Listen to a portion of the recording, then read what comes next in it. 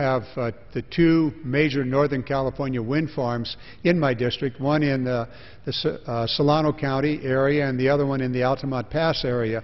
My own history in this goes back to 1978 when I authored the first state law to provide a tax reduction for those, a tax credit for those companies that built the wind turbines way back in 1978. So we've come a long, long way on this, and we ought to get it going. I notice that you're going to have to go, and I'm going to wrap up shortly after you leave.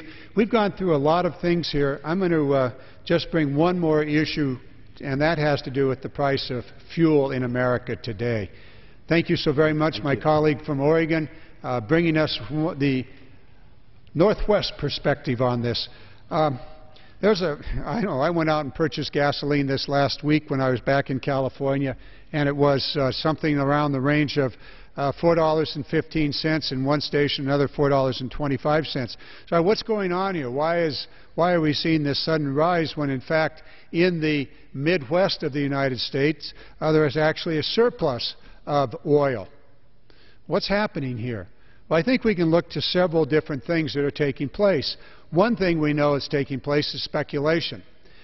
Because of the Dodd-Frank legislation, the government now has the power to deal with speculators, and I know the President picked this issue up when he was in Florida last week and said that this is something that a special task force has been set up in the Department of Justice to ferret out the speculation that's taking place in the gasoline markets. I also said I'd heard a rumor that the United States is actually exporting gasoline. And in fact, we are. We're exporting over 26 million gallons of gasoline a day. Yeah, you heard that right. We are exporting over 26 million gallons of gasoline a day. And the energy companies say, well, the price is going up because of a shortage of gasoline. Huh? What?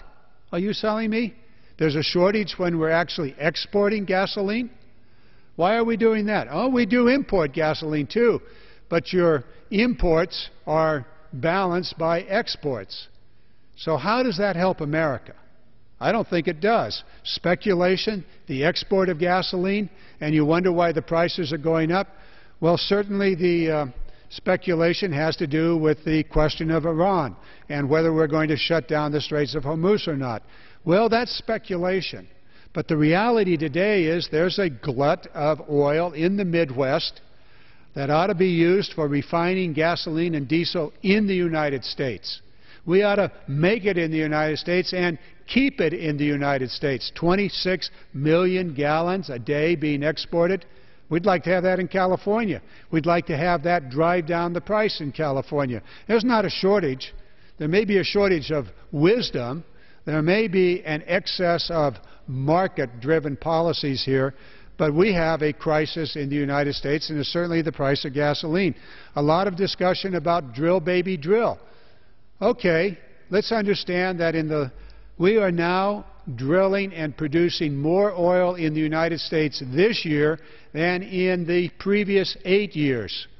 That's right back to the Republican administration when George W. Bush was in power and the Republicans controlled both houses. The drilling of oil was at an all-time low.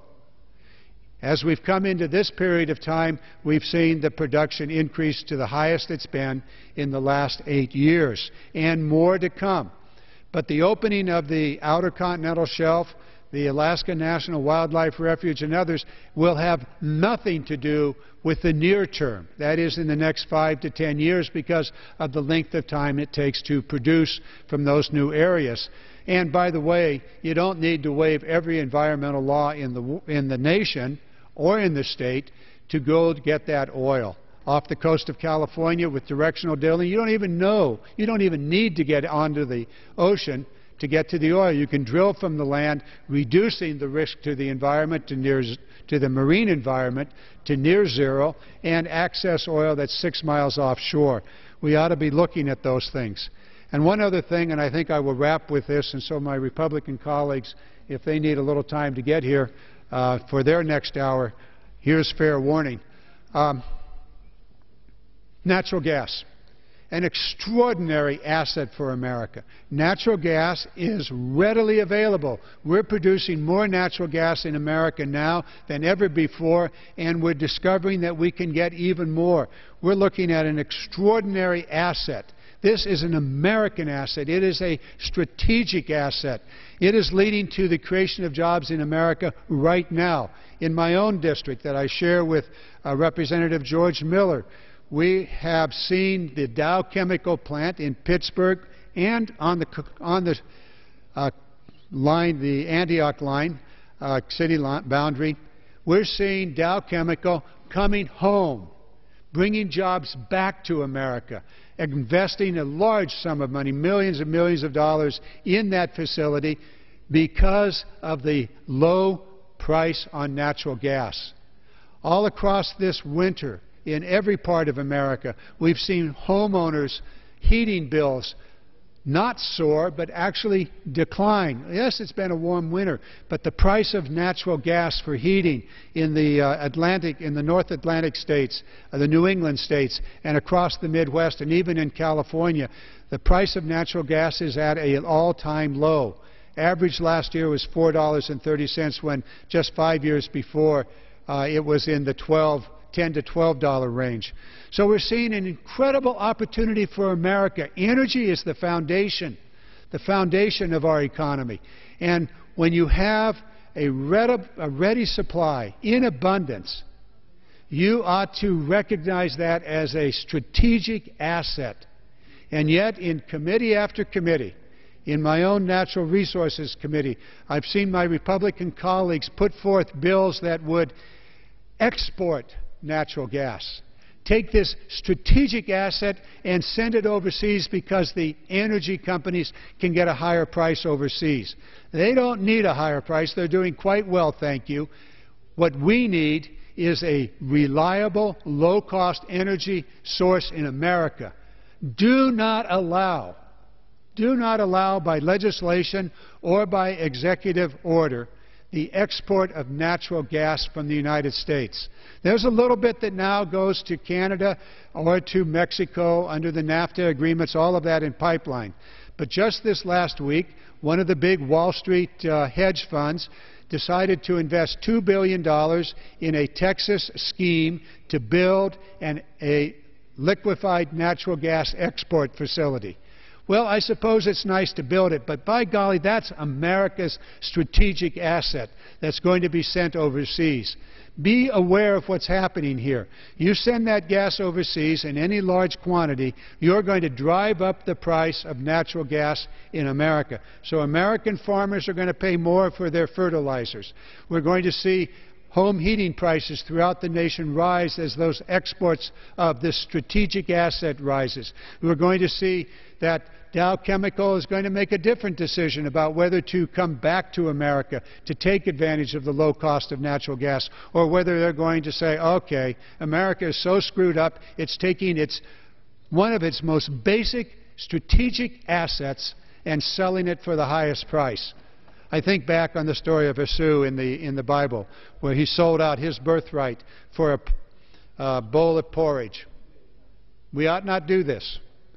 We need an energy supply in America that we do have available to us.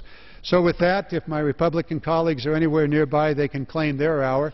But we've gone through some very, very important things here. The Make It in America agenda, 36 Democratic bills that would build our economy, that would cause us to come back and rebuild our great manufacturing sector. It will happen. It's government policies that over the last 25 years have caused the American manufacturing base to erode. Policies such as tax breaks for American companies that would send their jobs offshore. We stopped nearly all of that before the Democrats lost power here in Congress. And we ask our Republicans to work with us on putting into law these 36 bills that will cause us to rebuild the American middle class, to reignite the American dream, and give the middle class the opportunity to engage in manufacturing. Mr. Speaker, with that, I yield back my remaining time. Gentleman yields back his time. The Chair lays before the House the following